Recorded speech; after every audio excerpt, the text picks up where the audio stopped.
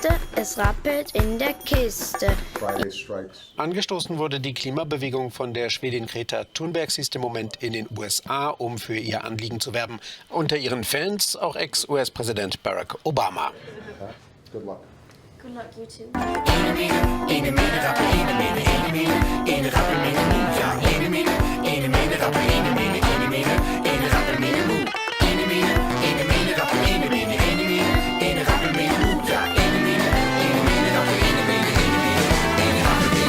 rund 2600 Städten und fast 160 Ländern startet heute eine Streikwoche für das Klima. Den Anfang machte Australien. Zehntausende Schüler gingen an diesem Freitag nicht zum Unterricht. In der Stadt Alice Springs legten sich Hunderte auf den Boden und stellten sich tot. Sie beklagen, die Regierung unternehme zu wenig gegen den Klimawandel. Organisiert wird die Streikwoche von der Bewegung Fridays for Future. In Europa gab es bereits in den vergangenen Tagen Klimaproteste. Im Schweizer Parlament etwa rollten Aktivisten ein Banner aus mit der Warnung, dass nur noch 16 Monate blieben, um Maßnahmen gegen den Klimawandel auf den Weg zu bringen. Am Dienstag stellten Demonstranten bei der London Fashion Week eine Trauerfeier nach. Manche forderten ein Ende der Modeveranstaltung. Die Textilindustrie erzeugt besonders viel CO2. In Deutschland fand vergangenes Wochenende ein Protest bei der Automesse IAA in Frankfurt statt. Ab heute soll es nun in Dutzenden Städten mehr als 500 Aktionen und Demos geben. Die größte in Berlin mit 10.000 erwarteten Teilnehmern.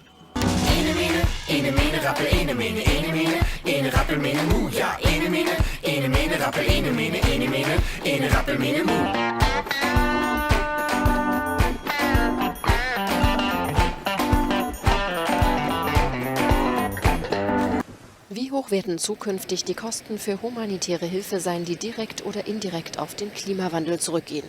Diese Frage beantwortet der jüngste Bericht der Internationalen Föderation der Gesellschaften des Roten Kreuzes und des Roten Halbmondes. 2050 könnten rund 200 Millionen Menschen jedes Jahr auf internationale humanitäre Hilfe angewiesen sein. Ein Ergebnis der schrecklichen Anhäufung von Katastrophen, die durch den Klimawandel hervorgerufen werden, und der sozioökonomischen Auswirkungen des Klimawandels. Diese Zahl ist doppelt so hoch wie die geschätzten 108 Millionen Menschen, die heute humanitäre Hilfe benötigen, aufgrund von Überschwemmungen, Stürmen, Dürre und Bränden. Seit 2030, also in nur 10 Jahren, könnte diese Zahl um 50% steigen.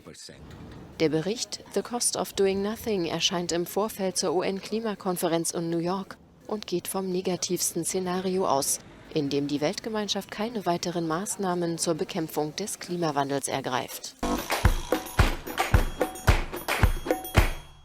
Ine, mine, miste, es rappelt in der Kiste. Ine, mine, mu, und raus bist du. The record number of fires burning across Brazil's Amazon rainforest has prompted renewed global outcry over climate change. And big spending. $5 million from Leonardo DiCaprio, £10 million from the UK.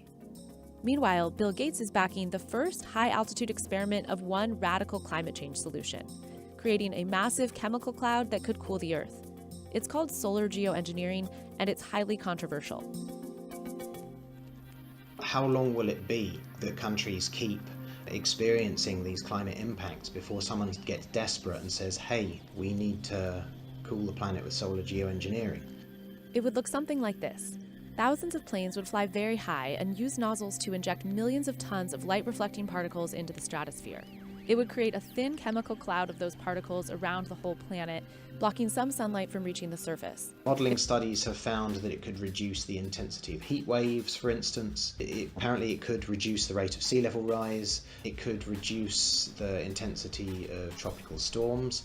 But it also comes with significant risks and uncertainties. Things like mass famine, mass flooding, drought, of kinds that will affect very large populations.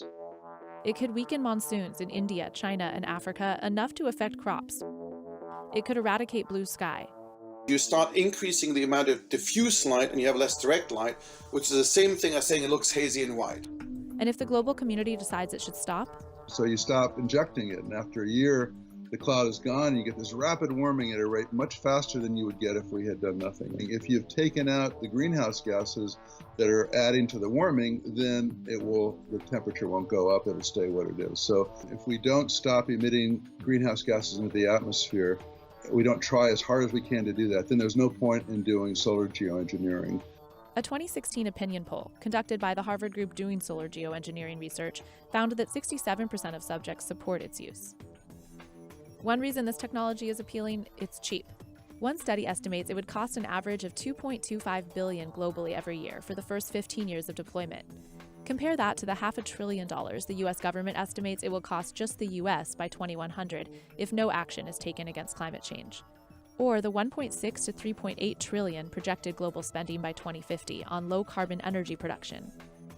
You can also compare it to direct air carbon capturing, another climate change solution backed by Bill Gates and by big oil. It involves sucking billions of tons of carbon out of the air.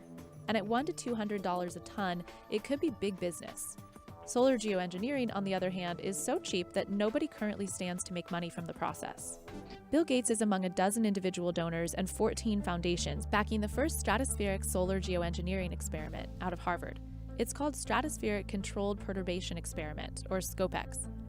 A high-altitude balloon will lift instruments about 20 kilometers into the stratosphere, where it will release less than 2 kilograms of different naturally occurring chemicals, like calcium carbonate and sulfates, and then measure the change in atmospheric chemistry and light scattering. The Harvard group that runs SCOPEX and other experiments has raised more than $16 million, more than double any other solar geoengineering effort. And annual global funding has gone up from $1 million in 2008 to $8 million in 2018, with the majority of that funding coming from the U.S. The first phase of SCOPEX will cost around $3 million, with much more needed for wider research on solar geoengineering. To this point, stratosphere injections have only been tested with climate modeling.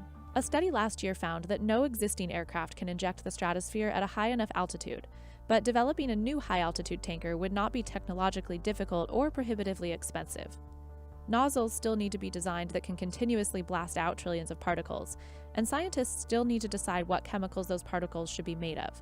But unlike cloud brightening, which is another solar reflection technique, the tech needed for stratospheric injections is not far off. The U.S. Academies of Sciences is holding a series of meetings to study solar geoengineering, including one at Stanford this month. The committee will issue a report next year with recommendations for how, or if, solar geoengineering research should continue. Some scientists say the research is necessary in order to arm future generations with the ability to enact this backup plan, even though it seems nearly impossible now. We ought to start working on this solar climate engineering problem right now with as much urgency as we can, so that if we want to deploy it in a decade or so, we understand what we have to do. This is a real moral horror, especially in a situation where we're not doing all the things that we could be doing to minimize the risks of climate catastrophe now. But experts do agree that more public awareness is needed around solar geoengineering, because within a couple decades, for better or worse, it could be part of the solution, helping return the planet to pre-industrial temperatures. Modelling evidence gathered over the last decade has pretty consistently found that a moderate amount of solar geoengineering could significantly reduce many of the impacts of climate change. But it can't be a solution because it doesn't return the climate system back to how it was. It doesn't do anything about things like ocean acidification. So whatever happens, we've got to cut our CO2 to zero. So right now we need more research to understand this better and a broader conversation so that all of the world's nations have a seat at the table when this is discussed. Mine, mine, mu und raus bist du.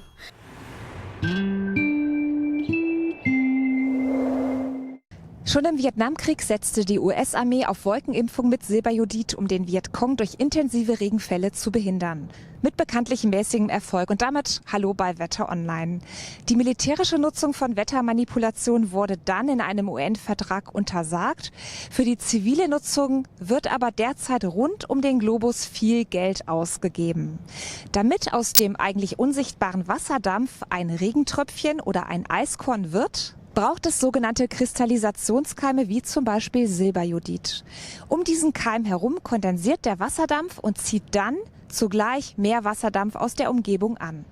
Somit vergrößert sich das Eiskorn immer mehr und wird dann irgendwann so schwer, dass es zu Boden fällt. Weiter unten schmilzt es und es regnet. Wichtig ist, man braucht genug Wasserdampf in der Luft. Bei zu trockener Luft bringt auch ein Kristallisationskeim nichts. Soweit die Theorie. Im Labor funktioniert das Ganze auch. In der Wissenschaft ist der praktische Nutzen allerdings hoch umstritten, da es zum Beispiel oftmals gar nicht an Kristallisationskeim mangelt. Die beste und auch längste Untersuchung dazu haben US-Wissenschaftler durchgeführt.